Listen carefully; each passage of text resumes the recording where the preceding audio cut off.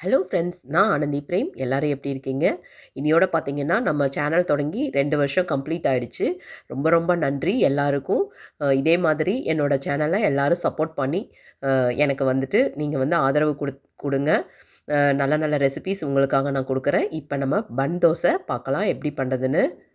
பன் தோசைக்கு பார்த்தீங்கன்னா 2 கப் அளவுக்கு பச்சரிசி தான் எடுத்திருக்குது. அது ஒரு 4 மணி நேரத்துக்கு நம்ம ஊற வைக்கணும். அது கூடவே 1 டேபிள் ஸ்பூன் அளவுக்கு பார்த்தீங்கன்னா வெந்தயம் எடுத்துக்கணும். கூடவே ஒரே 1 கப் அளவுக்கு நம்ம வந்து அவல் எடுத்து அதையும் நல்லா கழுவி வச்சுக்கோங்க. ஒரு 4 மணி நேரம் ஊறுனா போதும். அதுக்கப்புறமா மிக்ஸி ஜாரில் ட்ரான்ஸ்ஃபர் பண்ணிக்கோங்க. கூடவே 1 கப் அளவுக்கு தேங்காயும் எடுத்துக்கோங்க. நல்லா திருவின தேங்காய். அப்போ தான் சூப்பராக இருக்கும். அவலையும் சேர்த்தி போட்டுக்கோங்க. இதுக்கு தேவையான அளவு உப்பு சேர்த்தி நல்லா ஃபைனாக வந்து நம்ம அரைச்சி எடுத்துகிட்டு வந்துக்கலாம். இது கூட பார்த்தீங்கன்னா ஒரு 1 1/2 கப் அளவுக்கு தண்ணி ஊற்றிக்கோங்க. அப்போ தான் வந்து உங்களுக்கு நல்லா ஃபைன் பேஸ்ட்டாக அரைச்சி எடுத்துகிட்டு வரும். அதனால் வந்து இந்த மாதிரி ஃபைன் பேஸ்ட்டாக அரைச்சி எடுத்துகிட்டு வந்துட்டு இதை வந்து 8 ஹவர்ஸ்க்கு பார்த்தீங்கன்னா நம்ம வந்து இது வந்து பொங்கி வரணும். புளிக்கணும்னு சொல்லுவாங்கள்ல, அந்த மாதிரி தான் இட்லிக்கெல்லாம் புளிக்கும்ல, அந்த மாதிரி புளிக்கணும். அப்படி இல்லை அப்படின்னா நீங்கள் ஈஸ்ட்டு கூட ஒரு 1 டேபிள் ஸ்பூன் அளவுக்கு ஆட் பண்ணிவிட்டு நீங்கள் வந்துட்டு ஒரு 1 மணி நேரத்தில் நீங்கள் வந்து இந்த பன் தோசை பண்ணலாம். ஆனால் வந்துட்டு நம்ம நேச்சுரலாக பண்ணுறது ரொம்ப நல்லா இருக்கும்ல, அதனால் வந்துட்டு 8 மணி நேரம் வந்து நான் புளிக்க வச்சுட்டேன். பாருங்கள் நல்லா புளிச்சிடுச்சு. இது வந்து இந்த அளவுக்கு திக்கு கன்சிஸ்டன்சியில் நம்ம ஊற்றக்கூடாது.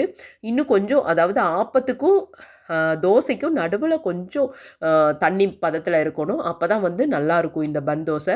அப்போ தான் அந்த ஓட்டையாக வந்து ரொம்ப நல்லாயிருக்கும். இதுக்கு பார்த்தீங்கன்னா கொஞ்சம் தாளிப்பு பண்ணணும். அதில் பார்த்தீங்கன்னா 2 டீஸ்பூன் அளவுக்கு எண்ணெய் போட்டிருக்கேன். கூட வந்து 1 டீஸ்பூன் அளவுக்கு கடுகு, அப்புறமா ஜீரகம் ஒரு 1/2 டீஸ்பூனு, அப்புறமா க்ரீன் சில்லி பார்த்தீங்கன்னா 2 எடுத்துக்கோங்க. உரத் தால் ஒரு 1/2 டீஸ்பூன் போட்டுக்கோங்க. கூடவே பார்த்தீங்கன்னா ஒரு 1/4 டீஸ்பூன் அளவுக்கு பெருங்காயம் போட்டுட்டு நல்லா தாளித்து அதை வந்து நீங்கள் வந்து இந்த மாவில் சேர்த்திக்கோங்க. அப்போ தான் வந்து சூப்பராக இருக்கும். நல்லா அப்படியே ஒரு மாதிரி நல்ல மணத்தோட சூப்பராக இருக்கும் இந்த தோசை சாப்பிட்றதுக்கு. அவ்வளோ சாஃப்டாக ஸ்பாஞ்சியாக இருக்கும். இதில் நம்ம வந்து உளுந்தே சேர்த்தலை, ஆனாலுமே பார்த்தீங்கன்னா அவ்வளோ டேஸ்டியாக இருந்தது. ரொம்ப சாஃப்டான ஒரு தோசை இது. இந்த பன் தோசை பார்த்தீங்கன்னா, நம்ம லஞ்ச் பாக்ஸுக்கு கூட நம்ம குடுத்து விடலாம். குழந்தைங்க உண்மையாலுமே விரும்பி சாப்பிடுவாங்க. ஏன்னா ஸ்பாஞ்சியா அவ்வளோ திக்கா இருக்கிறங்காட்டி ஒரு மாரி காஞ்சு போகாம நல்லா இருக்கும் உங்களுக்கு. இதில பார்த்தீங்கன்னா, இந்த மாரி ஆப்பச்சட்டியில தான் நம்ம வந்து இந்த பன் தோசை பண்ணணும். எண்ணெய் எதுவுமே ஊத்தக்கூடாது. நல்லா ட்ரையா அப்படி தான் பண்ணணும். அப்ப தான் வந்து உங்களுக்கு வந்து மேல வந்து நல்லா அந்த ஒரு ப்ரவுன் கலர் ஷேட்ல வரும். அது பார்த்தீங்கன்னா, பன் மாதிரியே இருக்கும் உங்களுக்கு பார்க்கறதுக்கேவும். ஒரே ஒரு கரண்டி ஊத்துனா போதும். இத வந்து நம்ம எடுத்து விடுறது அதெல்லாம் ஒண்ணுமே பண்ண வேண்டாம்.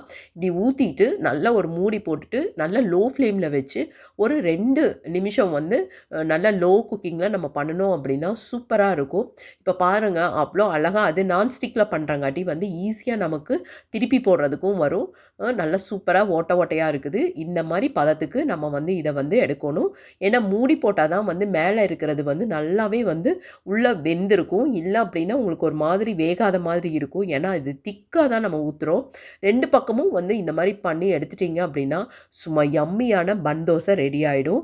இப்ப வந்து நம்ம வந்து சர்வ் பண்றதுக்கு பார்த்தீங்கன்னா, சிக்கன் கறி, மட்டன் கறி எதுல வேணாலும் நம்ம பண்ணலாம். ஈவன் நம்ம வந்து ப்ரான் தொக்கு கூட இதுக்கு பண்ணிட்டு நீங்க சாப்பிடுறப்ப சும்மா அமேசிங்கா இருக்கும் சாப்பிடுறதுக்கு. உண்மையாலுமே குழந்தைங்க வந்து இந்த மாரி ஒரு டிஃப்ரெண்ட்டான தோசையெல்லாம் பார்த்தீங்கன்னா, நம்ம செஞ்சு தந்தா அவங்களுக்கு ரொம்ப ரொம்ப இஷ்டம் ஆகும். ஈஸியான பன் தோசை ரெடி ஆயிடுச்சு. இப்ப பார்த்தீங்கன்னா, நான் வந்து தக்காளி சட்னி கூட வச்சு தான் நான் வந்து இது சர்வ் பண்றேன். இந்த ரெசிபி பிடிச்சிருந்ததுன்னா கண்டிப்பா லைக் பண்ணுங்க. நம்ம சேனல சப்ஸ்கிரைப் பண்ணுங்க. தேங்க்ஸ் ஃபார் வாட்சிங்.